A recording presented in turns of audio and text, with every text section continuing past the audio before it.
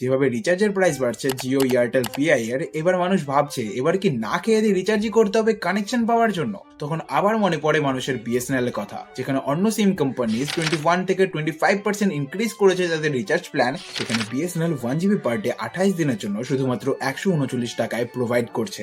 আর এই প্যাকটাই অন্য সিম কোম্পানি 250 টাকায় প্রোভাইড করে। আরও যেখানে অন্য সিম কোম্পানি 1 ইয়ার রিচার্জ করতে 3600 টাকা লাগে, সেখানে বিএসএনএল 2 GB পার ডে 365 দিনের জন্য শুধুমাত্র 1515 টাকায় রিচার্জ হয়ে যায়। এইসব দেখে তোমার মনেই হবে আমি যদি বিএসএনএল এ পোর্ট করি তাহলে আমার অনেক টাকা বেঁচে যাবে।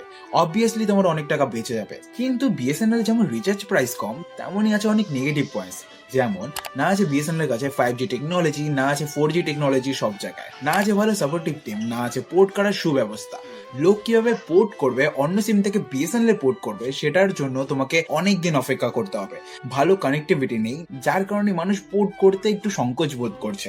এইসব নেগেটিভ পয়েন্টস এর মধ্যে বিএসএনএল একটা পজিটিভ পয়েন্ট রয়েছে, কল ফ্যাসিলিটি। বিএসএনএল এর নেটওয়ার্কে যতই সমস্যা হোক, কল ফ্যাসিলিটি ইজ গুড। তুমি যাকেই কল লাগাও না কেন, তুমি আরামসে কথা বলতে পারবে খুব ভালোভাবে। তুমি সেকেন্ডারি সিম হিসেবে বিএসএনএল কে আরামসে ইউজ করতে পারো। কিন্তু এটাও যে বিএসএনএল এর প্রবলেমস কম নেই, বিএসএনএল এর প্রবলেমস অনেক রয়েছে। এই জায়গায় অন্য কোনো টেলিকম কোম্পানি হলে এরকম সুবর্ণ সুযোগ কখনোই হাতছাড়া করতো না। না বলতে লাগছে বিএসএনএল কেমন, আরে ভাই আমার সিমটা ইউজ কর, তাহলে না ভালো ফ্যাসিলিটিস পাবি। মাউথ টু মাউথ মার্কেটিং হচ্ছে, ফ্রি প্রমোশন হচ্ছে, ইউজার বেস আরো বড় হচ্ছে বিএসএনএল। কিন্তু বিএসএনএল এখন আগের মতনই রয়েছে।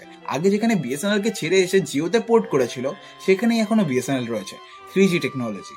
যার কারণে মানুষ হাই প্রাইস রিচার্জ করছে বিএসএনএল এর পোর্ট না করে। এটাই তাদের জন্য বেশি ভালো, কারণ যেখানে আজকের সময় দাঁড়িয়ে 3G টেকনোলজি এখনো প্রোভাইড করছে, সেখানে মানুষ কেন ইউজ করবে বিএসএনএল? এইসব বিষয়ের উপর বিএসএনএল কে ধ্যান দিতে হবে, না হলে এরকম সুবর্ণ সুযোগ কখনোই পাবে না তারা। নিজের লস গুলোকে কভার করা, নিজের নেটওয়ার্ককে আরো বাড়ানো। অলসো এই প্রাইভেট টেলিকম কোম্পানি তাদের মনমানি করতে পারবে না, কারণ তখন আমাদের কাছে বিএসএনএল এর মতন একটা অপশন এসে যাবে। যখন তখন তাদের রিচার্জ প্রাইস হাই করতে পারবে না, তাদের কাছে একটা ভয় চলে আসবে তাদের কাস্টমার যাতে নেটওয়ার্ক ছেড়ে না যায়। অ্যান্ড অলসো একটা হোপ রয়েছে বিএসএনএল এর উপর, কারণ রতন টাটার যে কোম্পানি টিসিএস কে টেন্ডার দেওয়া হয়েছে 4G এবং 5G টেকনোলজি বিএসএনএল এর সব জায়গায় পৌঁছানোর। আই হোপ এসব ঠিক হয় যাতে, কারণ বিএসএনএল এর মতন একটা অপশন হয়ে গেলে তাহলে অনেক টাকা বেঁচে যাবে আমাদের, অনেক কম দামে আমরা অনেক ফ্যাসিলিটিস পাবো।